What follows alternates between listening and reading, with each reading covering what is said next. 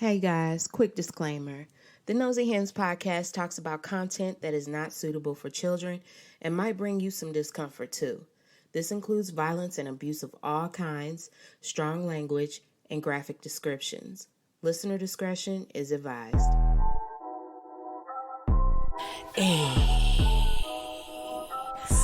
Cluck, cluck, mother cluckers.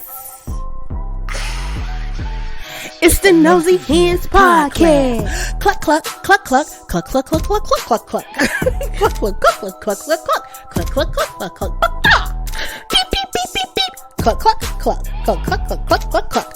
Gobble, gobble, gobble, gobble, gobble, gobble. Why did you bring in the gobbles of the turkeys? They cousins. They all part of the family. Oh my gosh. I am dying inside. They're all... And let me tell you something. What? When they cooked right, they taste just as equally delicious, okay? Well, that's true. I'm not a turkey girl. Stop talking about cannibalism. I am not a turkey girl at all. What? You don't like turkey? Unless it's smoked. What? And it gotta be seasoned with that smoke. Oh my god. But fried turkey, Who don't like baked turkey, Who don't like turkey? Me. Maybe it's just my experiences. Sometimes it gets a little dry. Sometimes, like, even when you rewarm it, it gets a little jerky. Like, I don't like that. I mean, you do have to have the turkey of somebody who knows how to cook it. Right. And look, no tea, no shade to all my grannies and my aunties and my mamas and them. I just don't necessarily go for it. I want some flavor. No. See, that's why you need to get from somebody who knows how to do it. Because turkey is even more flavorful than chicken. Naturally. It has a natural saltiness about it. Well, where it be going when I be eating? I don't know. My daddy, all right, his turkey is I can see that. Phenomenal. I can see that. But my dad is pretty much a professional chef. So. Yeah, definitely. She one time had grilled cheese? It was like a grilled cheese with like 3 different kinds of cheeses, and it wasn't the cheeses that you would think would be on a grilled cheese. It was more so like you can make a grilled cheese, close your eyes. It was like spinach on there. And then it was some artichokes. Yes. Yeah. And it was some feta. And then it was like some Gouda. He clowned. Something else. And I was just like, am I going to be a fatty Eddie if I eat more than... Because it was like an open face grilled cheese. It wasn't like a sandwich. Yeah, it was like open face. And then the bread, I don't know what... My mouth was... The bread was like sourdough or something. Yes, yeah. Hey, my dad he shout out to my daddy. He be hooking it up in the kitchen. Yeah. If only I could go back, because I ain't gonna make it. I ain't make it. Oh no, he probably don't even know how to make it. Like, and remember whatever he did. I think it was literally something that he just threw together. Yes, and a lot of his recipes be like that. And those are the best ones. What's up, everybody? Welcome to the Chicken Coop. Cluck, cluck. You are listening to the Nosy Hens podcast. I'm one of your favorite nosy hens. You can call me Jazz. I'm also one of your favorite nosy hens. You can call me A-Rain. Welcome to the Chicken Coop, where we bring you all of the true crime with all of the entertainment intertwined. Yes. And I absolutely adore how you introduced yourself today, because she's always saying, I'm one of your other favorite nosy. And ain't no other about A-Rain, okay? She is the, all right? I don't even be saying other like that. That's a dang on lie. I do be saying. Go back. I'm your other favorite nosy hen. I do. I'm sorry. She is the one. Well, listen, guys. We started you off with a tangent. Sorry for interrupting. We started you off with a tangent, so maybe there might not be a tangent later on in the show. So, Speak for yourself. I know, it's always a tangent. Always when you're with the Nosy Hens. Yes. I'm loving my voice today. It is cute. But okay, y'all. So let's talk about a young boy by the name of Joshua Phillips. and a young girl by the name of Madeline or Maddie Clifton. So let's start with Josh. So Joshua Earl Patrick Phillips was born on March 17th, 1984 in Allentown, Pennsylvania. He was described as quiet but friendly and even fun and silly by one of his school teachers. So he had a different kind of feel about him depending on who he was around. Yeah. Joshua's parents are Steve and Melissa Phillips. And it's said that his father had a history of mental illness. His father was a violent person, allegedly, with an addiction to drugs and alcohol. So Joshua was understandably terrified of his dad, and he was closer with his mother. So the three of them lived in a neighborhood in the west central part of Jacksonville, Florida, called Murray Hill. Okay. They lived across the street from the Clifton family, and this was a close-knit family that consisted of also Steve and Sheila Clifton and their daughters Jessie and the youngest Maddie Clifton, who were not only sisters but they were besties. That's I love good sisters that are besties. That's a great bond that they had. So let's focus on Maddie a little bit. So Madeline Ray Clifton was born on June 17th, 1990, and she was described as a bright and happy child who was well liked by those she came in contact with. She was very active, loved playing sports, and had musical and dancing talent. She was very well rounded. And she was also known for her love of animals and had a dog named Duke and a rabbit named Thumper. I like that. I love that. So Joshua and Maddie, they had played together a few times, but as stated before, Joshua had a strict dad who really didn't like him playing with Maddie and Jessie at all, purportedly because he did not like girls. So he was possibly homosexual? I mean, maybe, or he probably just didn't like girls. Just had a maybe he was. Yeah, maybe he was a big, huge misogynist. But I mean, like, if you have a hatred for girls or women and you're a man, I mean, does that? I mean, that kind of leads you to a conclusion. I don't know. Yeah. Well, that's what it was. He didn't want him playing with him because he didn't like girls. Now, there was an incident, and around the time of the incident, Joshua had become almost obsessed with violence in movies and video games, and just had an all-around unhealthy fascination with death and violence. And no one, okay. Yeah, right. Yep. So, and it's also said that he even had a history of self-harm in the form of cutting. So he was definitely struggling with some mental health issues himself. And no one thought, okay. Girl, so let's get into what happened. So on November 3rd, 1998, 8-year-old Maddie had been allowed to play outside when her mother got home from voting in the midterm elections. And this was close to 5 p.m. before dinner time. Now, around 6:20, Maddie should have been back because she knew that was like the time that dinner would be ready.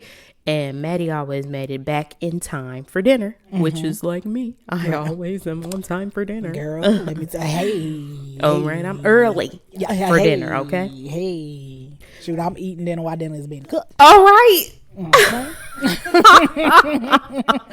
My bad, y'all. I hope I wasn't in your face like that, in your ear like that. That way you're never too hungry. She say, I'm eating dinner while dinner's being cooked. Uh-huh. So when Maddie didn't come through the door, then her mom went outside to call for her. And Maddie didn't answer. So she has Jessie, Maddie's older sister, get on her bike and go around the neighborhood a little bit and search for her. Jessie comes back and she could not find her sister, so Sheila goes ahead and calls the police. Now, Steve Clifton comes home and everybody is on high alert. It's dark now because it was November. So, around 5 p.m., that's when it starts getting dark. But the police still began a search, and they were going to different houses, checking for Maddie. Their neighbors started getting involved in the search, and so did Joshua and his mom. Everybody was looking for Maddie. Now, the search goes well into the night until the police just had to call it off and have everybody go back home. But Maddie had not yet been found. Because so many people had gotten involved, there was an issue with the police keeping the area clean, So they were trying to do that, and that's why they were sending people home. And nobody knows if there is evidence of where Maddie had been, where she could have gone. And with so many people out there looking for her, if there was evidence, it could have been getting unintentionally trifled with just because of all those people. So now that she had not turned up, the police had to think about the possibility of her being taken. And there was a man around the neighborhood who was friendly, quote unquote, and he played with the kids every now and then, and his name was Larry Grisham. Nobody knew around that time that Larry was a registered sex offender. Oh my God. So, of course, he is suspect numero uno. Okay. And it's also important to note that he wasn't a sex offender because of a crime that he committed against any kids. But he was a sex offender nonetheless. Right. And I mean, I don't care what kind of sex offender you are, you're not going to be around my kids. Okay? Girl. I hope y'all understood that. So the police take Larry in for questioning, and he even takes a lie detector test asking if he had anything to do with Maddie's disappearance. Guess what? He fails the test. But those tests are, well, I guess back then they weren't proven to be very inaccurate. I appreciate you saying that. I appreciate you saying that because, yes, it would be very easy to fail a test if you already are trying to pin me with something because I'm a registered sex offender. Of course, I'm gonna be nervous at the moment. I'm anxious, I'm stressed. Yeah. My heart rate is up. So yeah, it's gonna look like I'm guilty. That hopefully he's the one. He's the one. Okay. And let me tell you something else. Like, I could take a lie detector test right now and you ask me my name and I would probably fail because I am just nervous. Let me tell you something. That and taxes. I mean, I'm like, oh my God, am I committing fraud? Right. Is my name really A-Ray? Right. Exactly. So, yeah, he failed it. I would have failed it. So we're not going to hold that against Larry. But we are going to hold the fact that he's a sex offender against Larry. Yeah, well, no. Okay. Can't win them all. So he fails the test. But even though he fails the test, there's a problem. And the problem is that Larry had an alibi that was able to be corroborated. So the police now have to look elsewhere. But not before they questioned Larry over 20 times and searched his home almost 10 times. What you gonna find after the second time? If you went it, because I get it. I mean, shoot, it might take you a couple days to clean out your house and move. Right, so right. I get it. Looking through somebody's house, yeah, it might take you a couple of days or whatever. Maybe. But 10? 10, baby. 10 times. They was trying to find. They was like, it gotta be him. It gotta be. Sounds like some people that we know from a couple of episodes ago. Yeah. Yep. So that just did not pan out. Family and loved ones began putting up flyers with a precious picture of a smiling Maddie on it and the offer of a monetary reward for her return or information leading to her return. And all of these efforts and just the general unknown go on for about a week. Then we hit November the 10th, which is a Tuesday, 1998. And we're back at the Phillips home. That's my mom's birthday. Aw. Shout out to mommy. Yeah. So Melissa Phillips was cleaning up around the house, and now remember, that's Josh's mom. So she goes into Josh's room while he's at school. Well, his room stinks. All right. His room is stinking. Okay. And it's like way more than it should be for a musty 14-year-old. Right. His room is clowning. So she trying to find the source of the smell so she can get rid of it, but she can't find the source of that smell. And I already know where it's going, girl. And so apparently he had been trying to get rid of the smell too, because there was air fresheners and sticks of incense and candles everywhere in his room. Like it almost looked like a freaking devil monastery. Are you serious? How is it? So I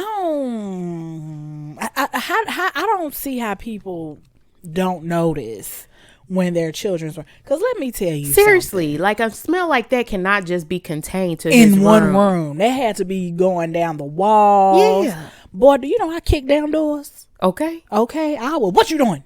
Okay. What you? You can have some privacy, but not enough to where your room smell like a. I'm coming in your room every day, girl. So she like, damn. Do you not know how to wipe?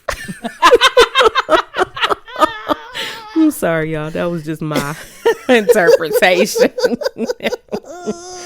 Well, he got some shit in his ass. Is something going on? Like, did you have a pet up in here that died? What is up?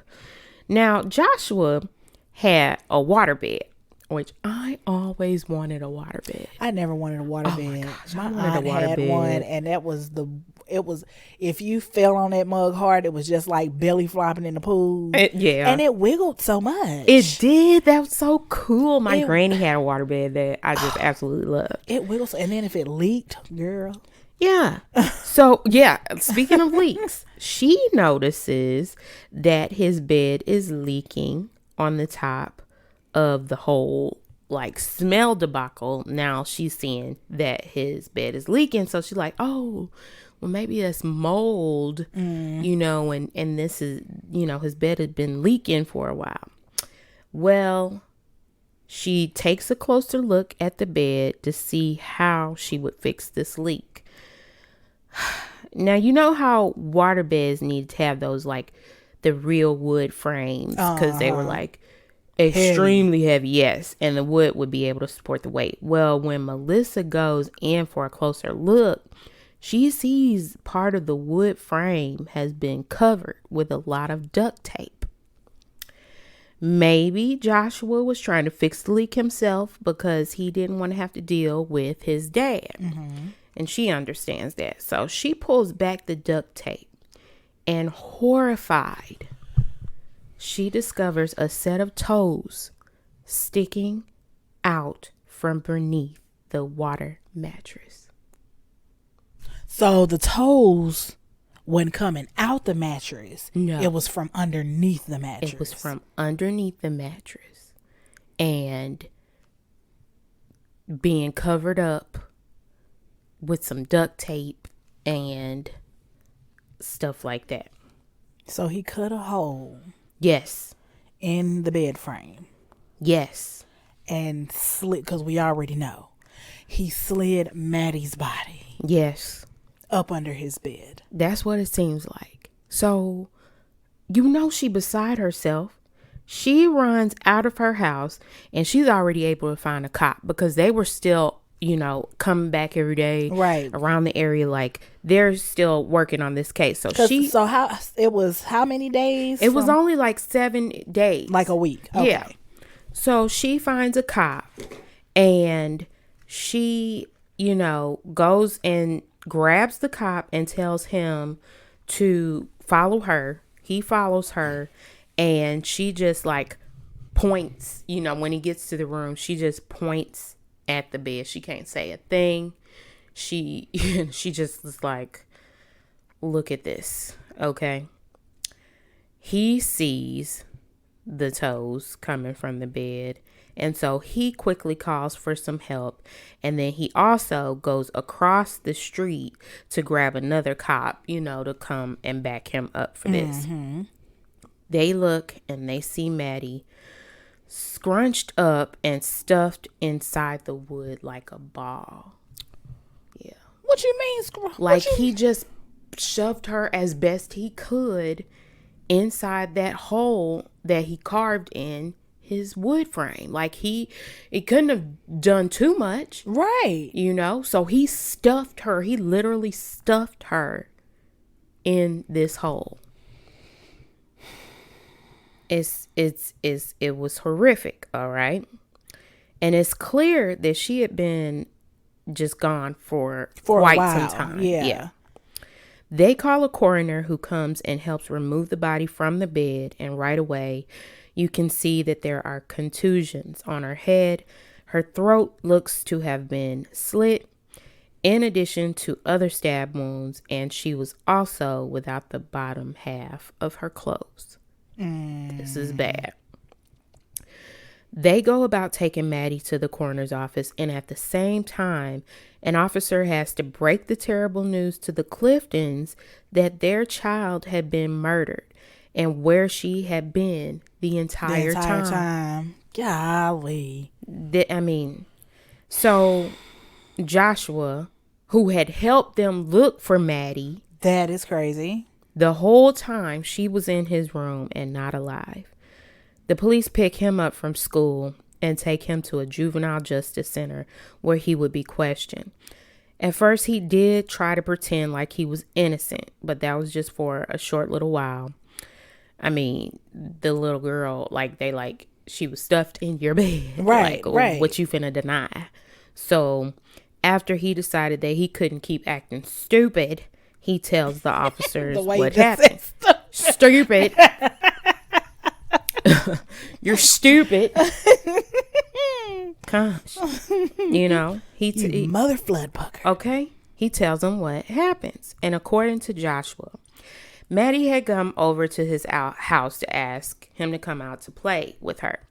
And he said that because he was afraid of how his dad would act when he came home, he told her no, but she wouldn't take no for an answer.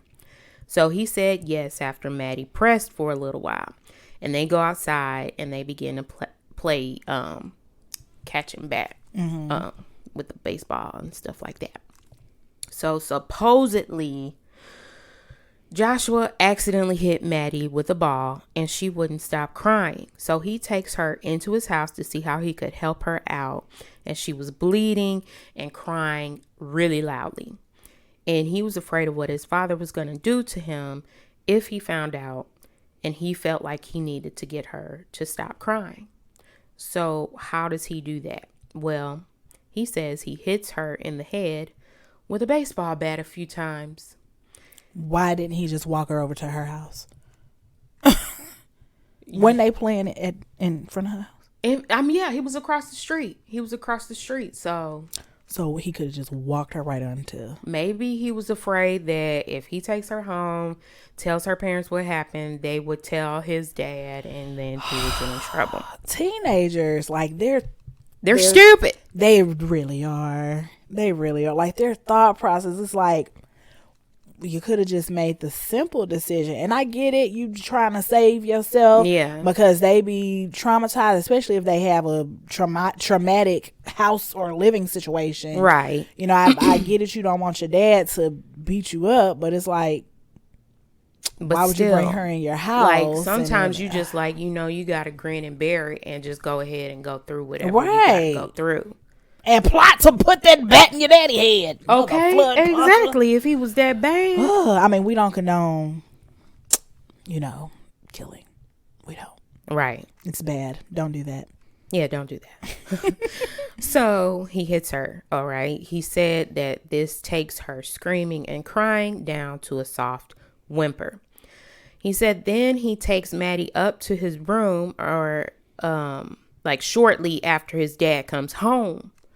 He takes her up to his room and he really tries to quiet her because he is now petrified. He said that he stuffs her into his bed and tells her to be quiet. This girl is still alive and you stuffing her. Right. That don't make sense. You know what I mean? Like, because where did the throat slit come from? well, hold on. Let's keep it going. So then he goes back downstairs to greet his father, talks it to him for a little bit and then goes back up to his room. And he said Maddie was still making noise. And that's when he takes a knife and begins to stab the little girl until she goes silent. This was his story, but the autopsy shows I'm saying that there are some discrepancies or at least some unanswered questions. Yeah, because it sounds, not that, because none of this is innocent, but it sounds like fight or flight. Right. I'm in That's survival what he's saying. mode. Mm-hmm. And I gotta do what I gotta do because I don't want my daddy to get me. Yeah, and it's no.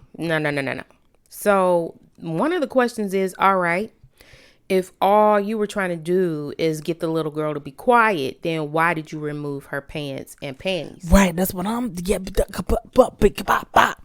Now, we do want to note that there was no evidence of sexual assault on Maddie, but he took her clothes off for a reason. Right. So there's that. Also, there was no evidence of Maddie getting hit in the head with a ball. Like, no evidence that she had started bleeding outside at all, which is what he said. Also, there was no evidence of Maddie getting hit in the head with the ball. Like, no evidence of her being bleeding outside, starting to bleed in everywhere, like he said. The evidence would have you come to the realization that Maddie had been lured into his house in order for him to do the terrible things that he had done to her. Now, why is this plausible? Well, remember earlier that I said that signs were pointing to things not being right in his brain? Right, right. Okay, so a neurologist said that there were lesions on the bilateral frontal lobe of Joshua's brain that could have sparked panic and or impaired judgment. And there was also a claim that he had been looking at violent pornographic websites shortly before what he did to Maddie and after. Girl. And don't forget, she was exposed from the bottom down. Right. So his excuse for her being exposed from the bottom down, he said that her pants and panties came off when he was dragging her to his room. Yeah, the freak right. Yeah, right, bro. Right. Don't nobody dragging nobody unless you got on real loose pants. Right. And I doubt she did. Ain't nobody dragging nobody and they pants coming off. And the panties? Get out of here. Get out of here. So, another theory, and this is what Maddie's mom believes, is that Joshua was obsessed with Jessie, Maddie's older sister. Because was Jessie and Joshua the same? Or they were closer to age than him and Maddie were. And this was rumored that the police found a photo of Jessie in Joshua's room when they searched it after finding Maddie. Now, that's a rumor. I can't say if that was true, but that is a rumor. So Joshua gets charged with the murder of sweet little Maddie Clifton. And in my opinion, rightly so, he was charged as an adult. Yeah, because he did adult things. Yes. So back then in 1999, he was legally facing a possibility of life without parole at the age of 15. That is crazy. Yeah. We were about to go in high school. Right. Or just starting. We were freshmen in high school. I think, yeah. So the defense didn't deny his guilt, but they explained it as him being an abused boy who panicked after making a mistake and did whatever he could to keep his father from finding out and abusing him more.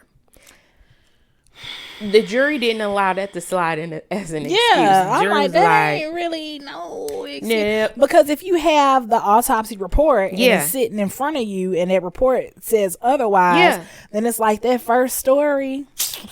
Yeah, they was like, we ain't buying that. So on July 8th, 1999, it only took the jury a little over 2 hours to find him guilty of murder in the first degree. Boy, the first 5 minutes I've been like, guilty, and I would have sat there and ate my free chips and soda and sandwich and let everybody else, because I ain't budging on that. Do you hear me?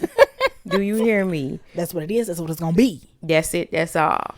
He was sentenced to life without a possibility of parole.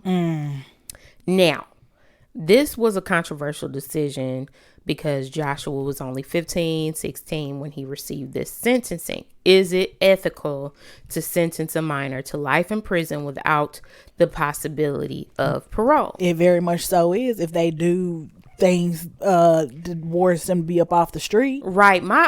I say anybody who has the wherewithal to take a life, all right, and they know that it's wrong, so they do what they can to cover up the fact that they took a life. Well, then you good. You good. You ready for your life to be taken. Yeah. And I'm not saying like death penalty or whatever, but you're ready for your life to be taken in the fact that you ain't finna have no life. Right. Because you finna be in jail. Right. Yeah. Right. Well, even with a mental condition, if you take someone's life, you have to do the time, whether it be, a few years or for life. Yeah. And then if it's just for a few years, when you come out, you need to go into somebody's hospital. Yes. Because something's wrong. Right. Something's off. Right. Especially if they said he had already been looking at violent games and violent things. And if it was true that he was watching violent porn. Like, it's like, bruh, I know some things could be hidden, but then also, y'all know his daddy had a mental thing. So why wouldn't, like, all great questions. Was they just not going to get their wellness check every year or something? Girl, no, you know they wouldn't. Because let me tell you something. I be so dang on eager to get myself and my family to our annual wellness check. Come on. My insurance be like, girl, you need to wait. Girl, you was too early. We can't schedule this a year out, girl. Right. Give us a good 3 months. Time, dang. And I be like, insurance, I want to go now. Why are you trying to be healthy so much? What is your problem? Boy, I be on my chart and they be like, too soon. They be like, but you have exceeded your login capability. Boy, I be on it because I don't want my children, myself, my family members, my husband. That's a good question. Like, I'm sure. Okay, fine. His dad, let's exclude him from the equation. But his mom, I'm sure his mom had to have seen signs. But it's, if that daddy was abusive to him, that daddy was also probably abusive to that mama. Oh, you darn straight about that. And she was probably scared of that man. Yeah. And if you are scared of somebody, you will overlook a lot of things. You're going to overlook a whole bunch, and you ain't taking your kids to the doctor. Then because if the doctor see that it's abuse, because there are some women who, and this is not victim shaming in any kind of way, but some women will be like, you can do what you want to me, but you're not finna do nothing to my kids. And like when they see that the abuse starts to carry over to their kids, that's when they get fed up. Right. That happens too. Well, a lot of people, it was like split. A lot of people did not think that he should be sentenced to life without parole. Boy, if you don't take your ass to that goddamn on jail cell and be there for the rest. You just started life. You got a good 75 left on you, man. Okay. And Maddie didn't have 75, nothing. that's being a little, stress might take him out at 50. Yeah. Maddie, but the point is Maddie didn't have any of that and doesn't get to have any of that. Nope. So she that's would why have I been the hate same when they age do as that. one of my younger sisters. If somebody takes a life, why are you so concerned about the life taker and their then life? the victim, give the victim the justice that they deserve. Exactly. That's not fair. She didn't ask to be taken out. She did not.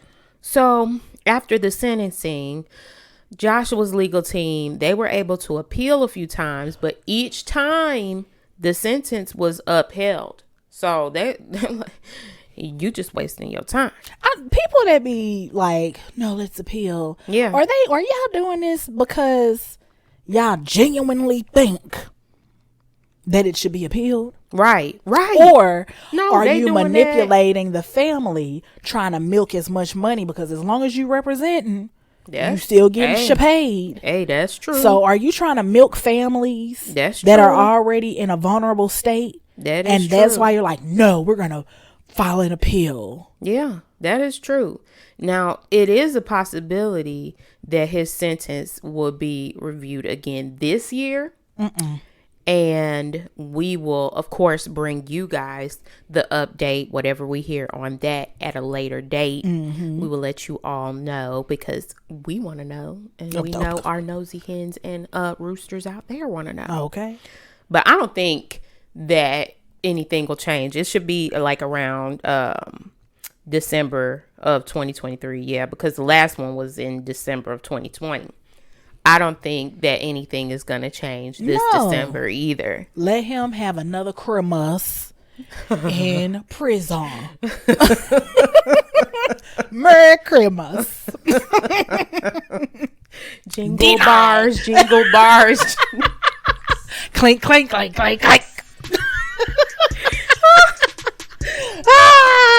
Right now. No, you can't say that. For him. I know that's still, I mean, you know, you can't tell people to go to HE double hockey sticks. Okay, I won't tell her, but I think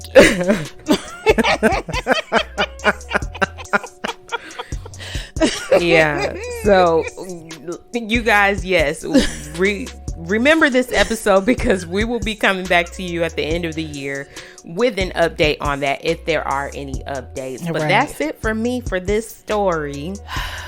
Child, what y'all think about Tell us. A 15-year-old practically murdering someone and getting life? And do y'all think it's like, oh, yeah, what do you guys feel? Right. Great boy. Or you know, a lot of people would be like, but he was mentally ill. Like, what do you think about that? Should that be taken into consideration? Whatever. I don't know. I feel like there should be accountability on his end. There should be accountability on his parents' end. Definitely. So, well, let us know what you guys think. You can email us at thenosyhandspodcast@gmail.com. It was the vocals for me.